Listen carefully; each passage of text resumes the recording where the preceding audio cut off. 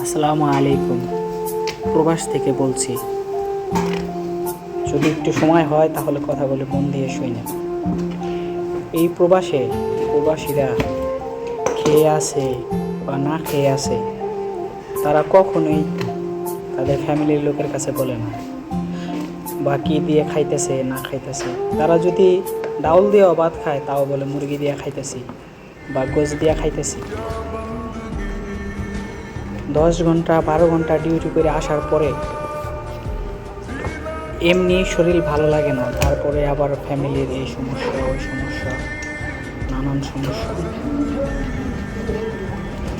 প্রবাসীদের কথা শোনার কারো সময় নেই, কারণ প্রবাসীরা তো টাকার মেশিন। তারা শুধু সমস্যা সমাধান করার জন্য আসছে এই প্রবাসী।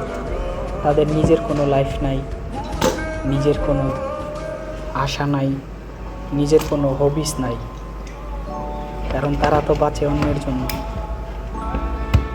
শুনতে খারাপ শোনা গেলেও এটাই সত্যি। অধিকাংশ প্রবাসীর জীবনে এইসব কাহিনী আছে। কেউ বুকে হাত দিয়ে বলতে পারবো না যে এই প্রবাসী আইসা আলহামদুলিল্লাহ আমি 100-তে 100 দেশে থাকতে যে চিন্তা ভাবনা করে আসছি ওইভাবেই চলতে পারতাছি, ওইভাবেই খাইতে পারতাছি মুরগির রান। হ্যাঁ, এটাই সত্যি। আজকে হয়তো বা অনেকেই দেখবে বা শুনবে, ঠিক আছে, কারো কাছে সরাসরি কথা বলার মতো সাহস এখনো হয়ে ওঠে নাই, তাই ভিডিওর মাধ্যমে বললাম। তো সবাই দোয়া করবেন এই প্রবাসীর মাটিতে যারা আছে, সকল প্রবাসীর জন্য।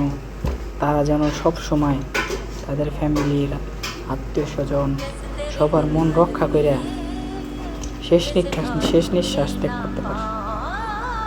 এইটাই। ক্লান্ত লাগতেছে আজকে, জানেন তো, খুবই ক্লান্ত লাগে এই দুনিয়া। নিজের লাইফ কে এখন বোরিং লাগে, আর সহ্য হয় না এই জীবন। যাই হোক, তারপরেও বলবো আলহামদুলিল্লাহ অনেক ভালো আছি। প্রবাসীরা চায় কি জানেন? চায় শুধু তাদের ফ্যামিলিরা যদি ভালো থাকে সেটাই তাদের শান্তি। এইটাই চায় একটা প্রবাসী সব সময়, যে তাদের ফ্যামিলি ভালো থাক। তো সর্বশেষ এই কথাই বলবো, ভালো থাক সকল ফ্যামিলি।